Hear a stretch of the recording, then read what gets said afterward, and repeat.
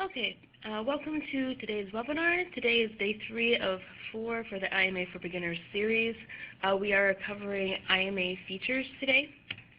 I am recording the webinar, and I did already send out the PowerPoint earlier this week, so I'll send out the video link later today for today's webinar.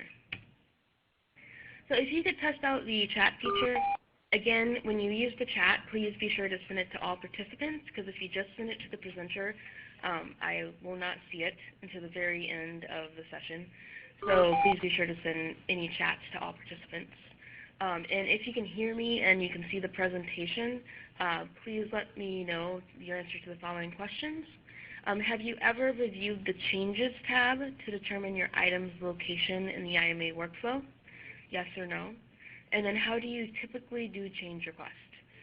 You could sync changes, you could use the changes grid, manually edit, or you've never created a change request. So for example, yes and changes grid. So again, the questions are, have you ever reviewed the Changes tab to determine your item's location in the IMA workflow?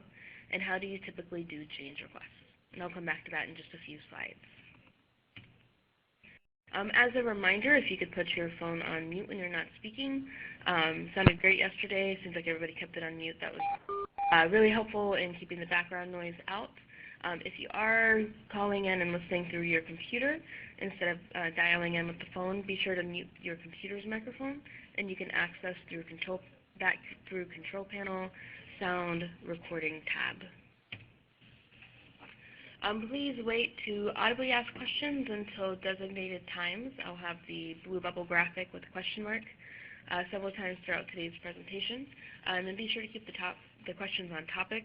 If it's an off-topic question or if it's something that has a lot of detail to it, please send an email to vendoruniversity@searshc.com, and I will try to track down an answer for your question. Also, if you can provide any screenshots can be very helpful for us to be able to do the research we need to find the solution for your question. Feel free to use the chat feature to submit questions at any time. So I got a couple of responses, not too many, but it looks like, see, for the first question, have you reviewed the Changes tab? Lori has not, Walker has, and it looks like we've had one person that does change requests manually, another one that has never done it. So we're going to look at a few options, kind of general options today for change requests. Tomorrow we're going to focus on some really specific circumstances for change requests and actually walk through those. And tomorrow is going to have a lot of demos as part of the process for tomorrow's webinar. If you weren't on yesterday, my name is Mona. I'm the Instructional Design and Training Manager for the Vendor and Item Support team. So day 1, I sent out the video for. It covers IMA basics and terminology. Yesterday we covered day 2, setting up new items in the new item grid. And today we're covering IMA features. Tomorrow we're going to be looking at maintenance in IMA. So today we're covering the Quick Search and Changes tab. We're also going to be covering the Returned Items task list, the Change Existing Items feature, Data Catalog notifications, and the General task list. So first up we have Quick Search and Changes tab. So what is Quick Search? A lot of you have probably used Quick Search, whether you realize it or not. I think it's usually the default screen when you first enter into IMA, but it provides a summary of basic information and workflow status for a single KSN. This feature is a fast method to find out what role your item is in and if it's completed the process to become operational. This is what the Quick Search screen looks like. You can access it by just clicking Search, or if you hover over Search, it'll come up with 2 more options under there, Quick and Advanced. So if you click Quick, then that also brings you to this screen. From there, this is a drop-down that you can use to select the type of criteria that you want to search for. The ones that are most relevant to you as a vendor will be the KSN number, the core item number, and the UPC. Now, what's really helpful with this page is whenever you select one of the criterias, The example underneath the entry field updates to reflect the criteria that's been selected.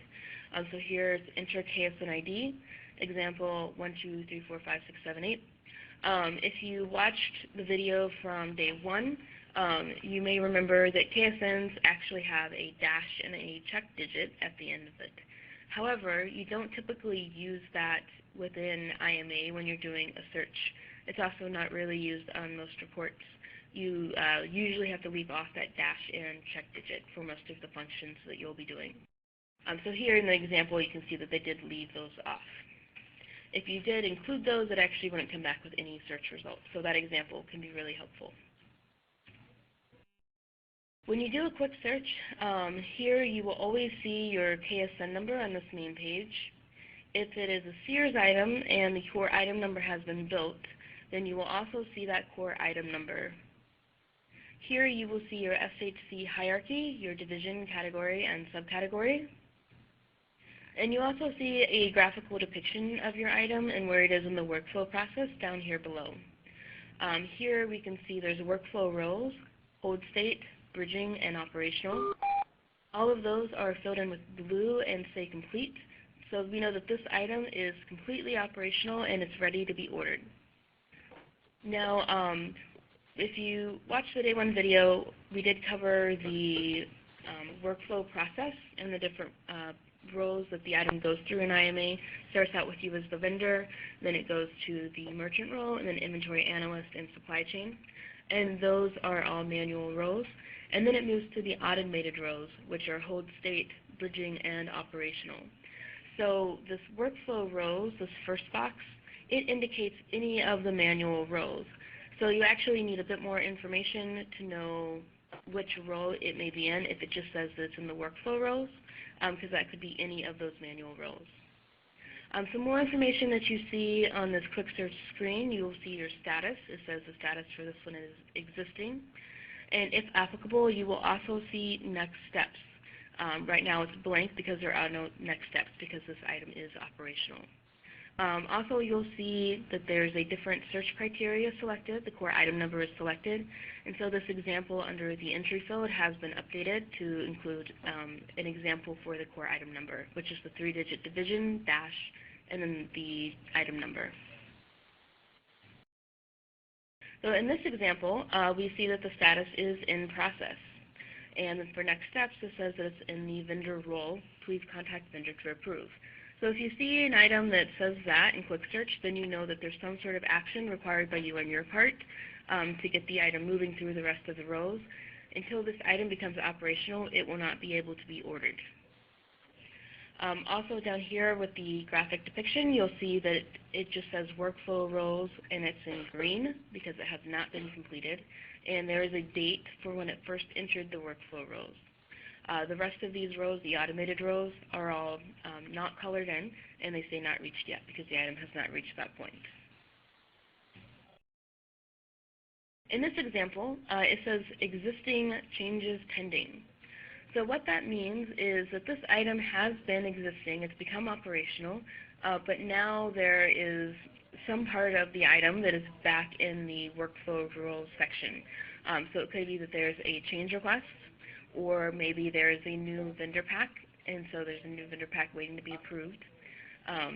So that's what it means whenever it says existing changes pending. Now the workflow row box is green, you'll see, because that's where it currently is. But the operational box is blue. But these other boxes are not yet filled in because it has to go back through those boxes again before they will all become blue and stay complete again. One of the things that I do want to point out, it says that it's in the workflow role. And again, that can refer to any of those manual roles. So it could be in your role as a vendor, or it could be in the merchant or the inventory or supply chain role. There's not really enough information on this screen for you to determine exactly which row it's in. So to get more information, you would click the Changes tab, which is over here on the very far right side of the screen. And if you look under Workflow State, you can actually see which rows the pieces of your item are in. So here we can see it says Vendor Create /Review Entity. So what that means is that the vendor has created a change request, or I'm sorry, this is actually a new vendor pack.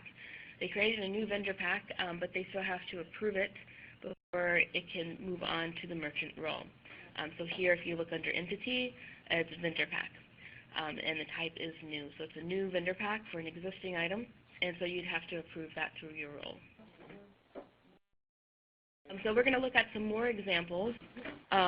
So in this one, it says, after making changes to an item, the merchant or inventory analyst keeps telling me to approve my items, but I'm pretty sure that I did. And when I do a quick search for the KSN, it shows me that it's in the merchant role. So here under next steps, we can see it says it's in the merchant role. The issue is that part of your item may be in the merchant role, but part of it may also be in the vendor role and requires action. You may remember from day one that there's components or pieces to your item. There's the KSN, there's item, packages, vendor packs, and core item. And those pieces can actually get separated into different roles. This will most often happen if an item has been returned for a change request. So here, if we look at the Changes tab and we look at the Workflow State column, you can see most of these are saying vendor, but then the last two say merchant. So this quick search screen, it says that the entity is in the merchant role, and part of the item is in the merchant role. But there are pieces of that item in the vendor role, and so it does require action by you to get that moved through your role and get it going to operational. Orders cannot be created until the item is operational, so you will be holding up your item if you don't do any action on this item. So let's look at this one. This one is an existing changes pending. Those entities currently in workflow role. Again, workflow role refers to any of those manual roles, vendor, merchant, inventory, analyst. If you could be sure to mute your microphone, a bit of background noise, and it can be a bit distracting, both for me and for those who are listening. So if you be sure to mute your microphones when you're not speaking. Thank you so much. So this one says entities in the workflow role, so you would click the Changes tab, and in this example, it says vendor review / update.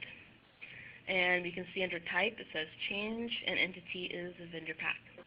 And then if we look at change detail, we can actually see it says change request, cost. So this specific item has change request pending approval in the vendor role. So the resolution would be to approve the item through your role. If it's a change request initiated by other roles, they will be found in your general task list. We'll be talking some more about the general task list later today, because there are different task lists that you do have to look at. Yesterday we went over the data catalog new item task list. But if it's a change request initiated by another role, it's going to be in your general task list. Now, if this is a vendor pack that you synced over, it'll be indicated by OPR new under type. And it will be found in your new item data catalog task list. If it's another type of synced change, it'll be also located in your new data catalog task list, and under type, it'll be indicated by change, CHG. Now in this example, if someone created a change request and the workflow state column displays create change request, then what that means is that the change request was created, but it was not approved by the person that created it. This happens a lot, not just by vendors, but also by internal roles, like merchants or inventory analysts. So for the resolution, if you initiated the change request, then you would need to click the Workflow tab, which is right here next to the Changes tab, and approve the change request through the vendor role. So if you are not sure if you created that change request, you can actually look under the Initiator column. And if you recognize that ID as your own ID, then that means that you did create the change request and you need to approve it. Now, if somebody else created the change request, you can contact the user who created the request to approve it. You may recognize the user ID if it's someone from your company, or maybe if it's someone from your merchant or inventory team, and you could reach out to them directly. If you do not recognize this initiator user ID, then you can email IMA help at searshc.com, or you can email your merchant team and see if they can get it approved through. So in this third example, this item has a new vendor pack, and it's currently in the vendor role. The initiator is eCatalog, right here, it says eCatalog, and that means that the new vendor pack was actually synced over. So the resolution for this would be to locate the item in your new data catalog task list, and they would be indicated by OPR new under type, and you would put them on a grid and complete the required fields and then approve. So it's kind of like yesterday, except there's a lot less that you would have to complete to get those new vendor packs approved. So any questions so far?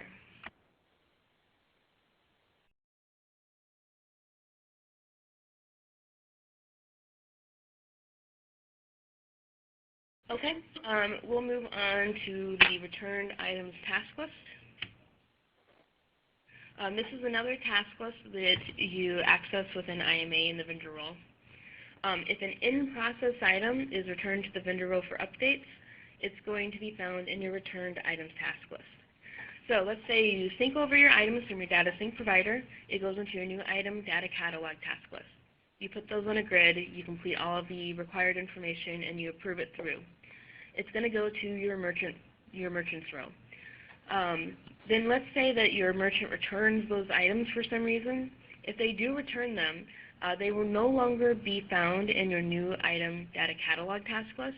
Instead, they will be found in your returned items task list. Now, if your profile is set up correctly, you should receive an email alert when items have been returned to you. So if you're not receiving these and you would like to, you can always reach out to IMA help at searshc.com, and they can help you get your profile set up correctly so that you do get those email notifications for returned items. To access the returned items task list, you just hover over Data Catalog and click Returned Items. Then you would select your pay dones and your SHC division. Then you would click Get Task List.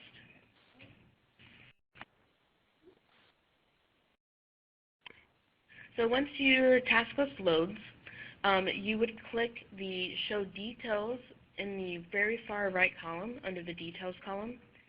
And what that does is it will let you know, it'll give you an easy way to view what the change request is, sorry, not the change request. It'll give you an easy way to see the comments that your merchant types in when they returned the item to you. You're not able to return an item to a previous row without putting some type of comment about the item.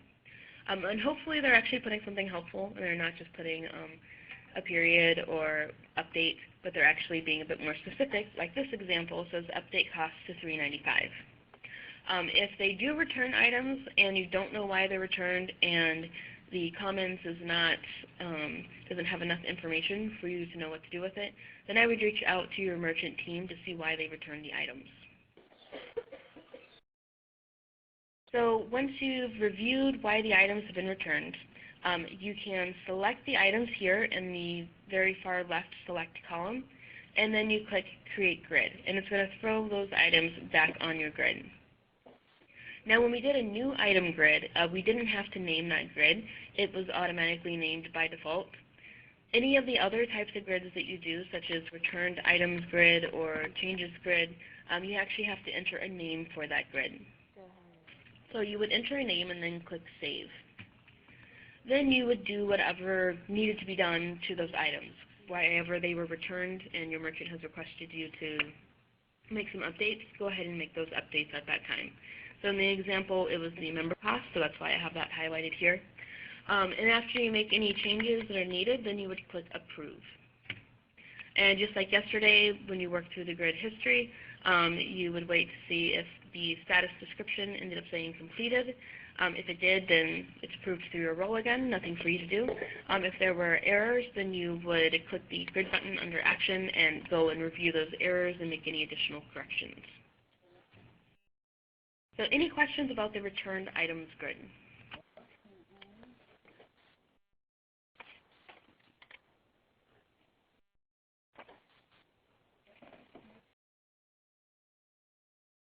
Okay, well next we're going to look at the Change Existing Items feature. So there are a lot of changes that can actually be synced from your data sync provider. We accept changes and updates to in-process and operational items for specific fields. The ones that are listed here on this page are the fields that we will accept changes from your data sync provider. So in those instances, you would sync over the change, and then you would access it from your new item data catalog task list and approve those changes through. However, we do allow changes to fields that cannot be synced over as well, but these have to be created within IMA. Many of these changes can actually be done using our changes grid. And I know there were one or two of you that had said you've been doing changes manually. You may find the changes grid to be very helpful and more efficient because you can do up to 50 items at a time, and you can do multiple changes at a single time. So for up to 50 items, you could change both the brand and the vendor stock number, and let's say the vendor description as well. You could change all those at once for all 50 items. If you were doing it manually, you'd have to go through and do it one by one by one, not just by item, but also by change request. And these are all of the fields that can be updated using our changes grid. Now to access it, I'm going to do a quick overview, and then we're actually going to go into a demo, and I'm going to do a demo as well. So we're going to hover over Data Catalog and click Change Existing Items. And then here in Section 1, you actually select the fields that you want to change. Then in Section 2, you can enter the G10s, KSNs, or the core diff item numbers of the items that you want to change. Now what's really nice about these fields, the ones that have the up arrow and down arrow, you can actually copy and paste from Excel or Word into these fields. So you don't have to type them all out individually. Just highlight from your Excel document, copy it, and then paste it in. And after you've entered your criteria, you would click Create Grid. Now another option we have is this section here on the right called Select Criteria. This would be if you don't know the exact KSN numbers or G10s that you want to change. Let's say you want to change everything within a certain subcategory. You can search for criteria here and then click Search. It'll bring back everything that matches your search results. Now you may have way too many items in your search results because you should put no more than 50 items in a grid. But you can select up to 50 items, and then you would click Create Grid. So again, you do have to name this grid, so you would enter a name and then click Save. Then you enter the updated changes and click Approve. Now what's really nice about the changes grid, everything that you selected on that initial screen, it's going to show up in your default view. You will see that it is check marked right here, and then you will see a row for each item and highlighted in green. And that's where you enter your change. So once you've entered all of your changes, you can click Approve. And then you just work it through using the grid history screen, resolve any errors. If there are no errors, then the status description will read completed. Make sure when you initiate a change that you do approve it. That's the most common error that vendors make when creating any type of change request, whether it's through the grid or it's being done manually or syncing it over. It's when you forget to actually approve it through your role. So a special note about cost changes. Now, if you're on the Sears side, for Sears cost changes, those must be initiated and approved in the vendor role in IMA. The change has to then be approved through the merchant role. Sometimes your merchant may initiate this change, but it's always going to come back to the vendor role for additional approval. Stuff like cost changes, there's a checks and balance system in place where it has to be approved by both the vendor and merchant role. If you're on the Kmart side, the change is not created directly in IMA. Instead, there is another application called the Price Management application, and the merchant or vendor must complete the change through the Price Management application. A lot of merchants take care of this, but I did find out over the last few months that sometimes vendors will actually go on this application as well. So if you're not sure if you need to be doing anything, reach out to your merchant. And if you need additional training on the price management application, you can reach out to Price Change Request at SearsHC.com. Okay, I'm going to switch over to Internet Explorer, and we are going to do a quick Changes Grid demo.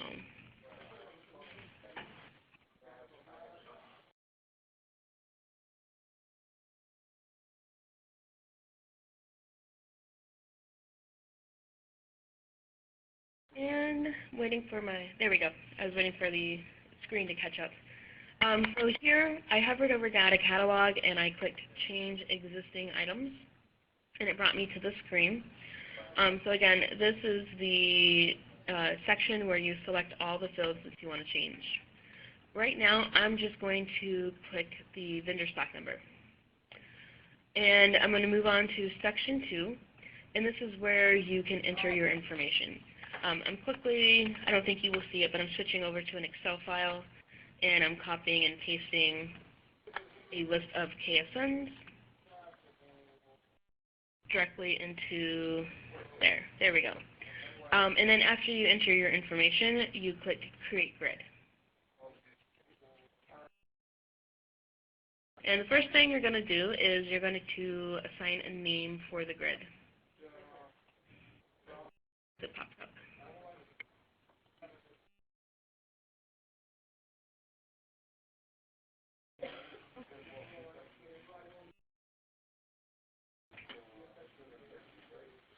And then you would click Save. So here you can see the vendor stock number is already selected, and I would enter my changes in that green highlighted area.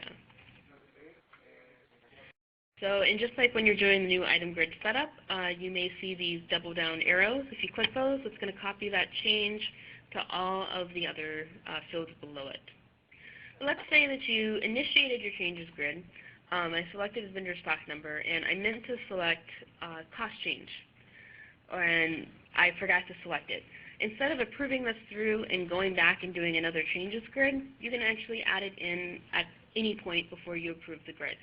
So what you would do is you would go to the tab that field is located on. So I'm going to click the Vendor Pack tab. And then I'm going to scroll over until I find cost. So I select cost. And then let's say I also want to add vendor description to that as well. So you'll see here now they're selected. They're highlighted in green. Let's say I went to another tab before I completed that. Let's say I went to change the fabric content. Now to view all these on the same screen again, all you have to do is click Changes right here. It'll take you back out to that default view, and everything that you have selected to do a change request for will now be shown here. So let's say I don't want to change the fabric, so I'm going to select that. I'm going to enter an updated cost, and update the vendor description as well. So once I've made all my changes, I just click Approve, and it will work it through the grid history. There we go. We can see right now it's queued. It's going to change to In Process, and then it should change to Completed after that.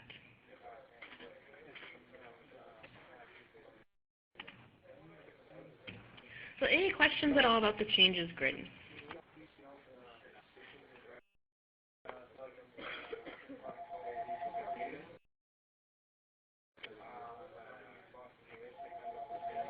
If there's not any questions, I'm going to move on to Data Catalog Notifications. Again, if you could be sure to mute your microphones if you're not speaking, that'll be great. We're getting some background noise and some office background noise. So thanks so much. Now the Data Catalog Notifications page will inform you when new items fail to load during sync. Changes initiated via data sync are either successful or fail, or your items have been changed or deleted by an internal role. So if you sync over new items and they sync over successfully, you will not receive a notification on the Data Catalog Notification page. If your items sync over successfully, then whenever you go to bring up your task list, your items will be there. You don't receive any special notification for that. However, if they fail to load during sync, you will receive a data catalog notification. I also mentioned earlier that you can initiate changes using data sync. And whenever you initiate changes using data sync, you'll always get a notification whether it goes through successfully or it fails to go through. And then if you've synced over items and let's say you've approved them, they went to the merchant roll, and then your merchant deletes the item for whatever reason. Maybe you guys renegotiated your contract and they're not buying some specific items anymore. Anytime any items you've synced over have been deleted, you will get a data catalog notification as well. So to view your data catalog notification page, just hover over data catalog and click data catalog notifications. Here you can input your filter criteria to focus your list. If you're looking for a very specific G10, you can enter that here. Again, word of caution, if you're entering a retail G10, be sure to enter it in the retail G10 field. If you put it in the ship G10 field, you're not going to get back any search results. And vice versa, if it's a shipping G10, make sure you're putting it in the correct field or you're not going to get back any search results. If you have multiple order dones, you could view all of the items under specific order dones or division or category up here at the top. Over at the right, you can view entity type. What that means is you can search for new items or changes or new vendor packs indicated by OPR new. You can also look for specific load dates. So you can put a range, or if you're looking for a specific notification code or a vendor stock number. So the notification code and notification description provides detailed information about the status of the item submitted. One thing I want to call out is it's normal to see multiple lines for a single item. So you may see 8 lines of information for one item. So don't get confused if you come in here and you'd only synced over a few items, but there's a full page of information. That's normal. So you would look at the notification code here, and this is your notification description. You can also click this legend right here, the notification code icon, to view the code's legend. So let's take a look at that. For your notification code legend, you have E1. SHC was not able to load the item into IMA. So if you synced over a new item and it failed, you may get an E1 as a code. E2, the change request failed because of SHC business rule violations. So if you synced over the change request, it failed, you'd get an E2. If you synced over a change request, but then that change request was deleted by a user, then you would get an E3 notification. And if that was returned to you by a user, so let's say you synced over the change request, you approved it, and it went to the merchant roll, let's say it was for a cost change, and then the merchant doesn't agree with that cost change and they return it back to you, you will get an E4 notification. If the change request is then modified by a user, let's say you did a change request, merchant didn't agree with it, and or maybe you guys renegotiated after you had done your initial change request, and so they update it to be accurate, then you would get an E5 notification. If any of your items that you've synced over get deleted, this could be a new item as well, then you could get an E6 notification, delete not processed. If your change is successful, that you synced over, then you would get an E7. And E8 is similar to E6, delete processed. Excuse me. So your notification descriptions, they're going to provide those specific details for your item status, the reason for the outcome, and possible corrective action. And also note that notifications are deleted after 30 days. You can delete notifications. So remember, you may see multiple lines for a single item. So if you're syncing over a lot of items, you may see quite a bit of information on these pages. So if you finish processing one set of items and you'd like to clear that out, You can actually do that by selecting the box on the left side of the screen here under Action, and then you can click Remove, and that will remove those from your list before the 30 days. Otherwise, they will automatically be deleted after 30 days. So any questions about the data catalog notification page?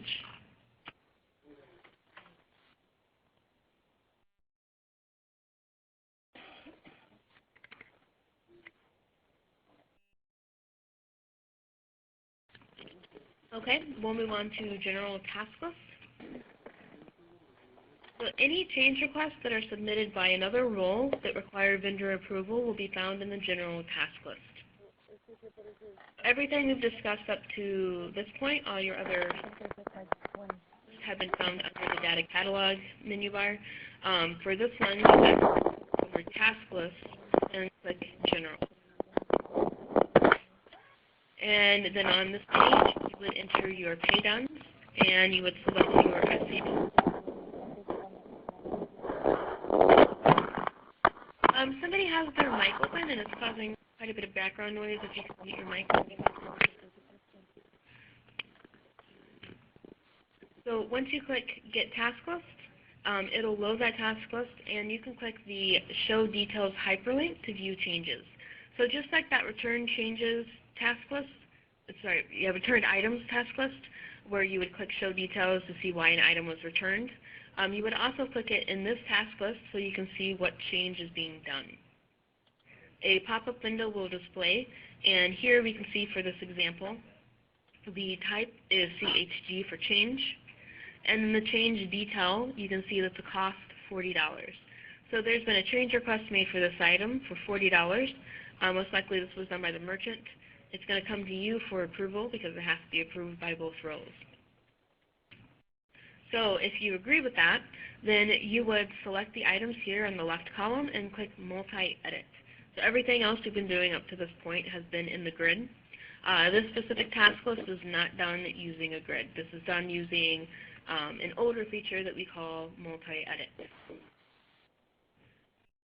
When you get into Multi-Edit, you click the Workflow tab, which is going to be located on the far right, and then you would click the radio button next to Approve. Oops, there we go. I would click the radio button next to Approve and click Check for Error / Submit Workflow Task. Now, if you select Approve down here at this very bottom section right here, it will select that for any items that are above it. Because you may have 10, 50 items in this. So instead of selecting it individually, you can just select it down at the bottom, and it'll select it for all of your items that you've brought into Multi-Edit. So after you've clicked Check for Error, if there are only warnings or no errors, go ahead and click the Submit button again. This specific button will actually change the name of it to Submit, or Submit Ignoring Warnings. So if you receive hard errors, they actually have to be corrected before the changes can be approved. And if you receive warnings or errors, it'll flash up as errors, like you'll see a message here, and you'll have to scroll down to view those. And they may actually just be warnings, and it'll say warnings down in the lower part of the screen. And you can always ignore warnings. You do not have to resolve warnings at all. It's only the hard errors, which will be in red, that you have to resolve. So any questions about your general task list?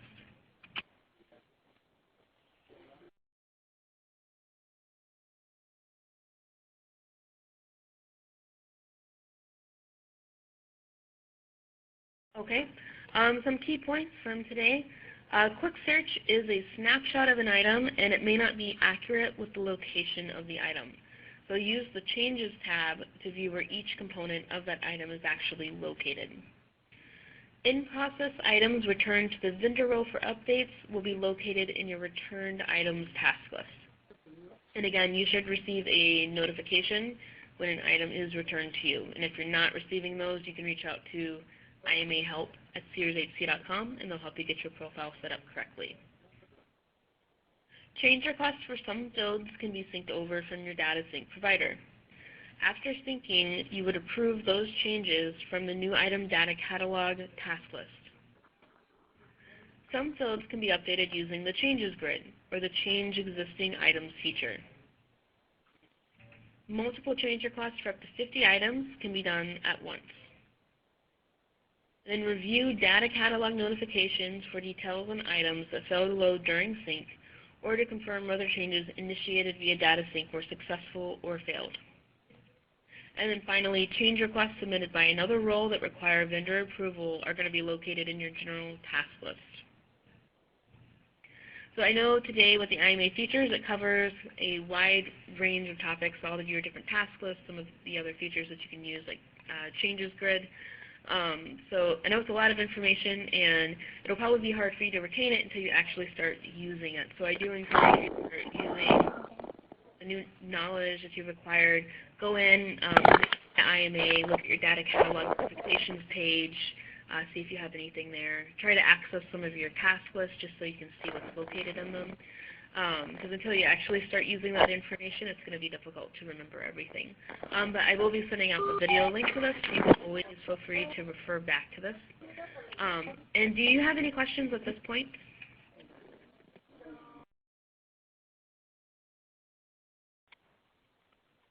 Okay, if you don't have any questions, you can go ahead and sign off. I will see you guys tomorrow, but I will hang on the line for at least a few minutes in case somebody does have any additional questions. Also, always be sure to email Vendor University at searshc.com, and I will do my best to find an answer to your question. Have a great day, everybody.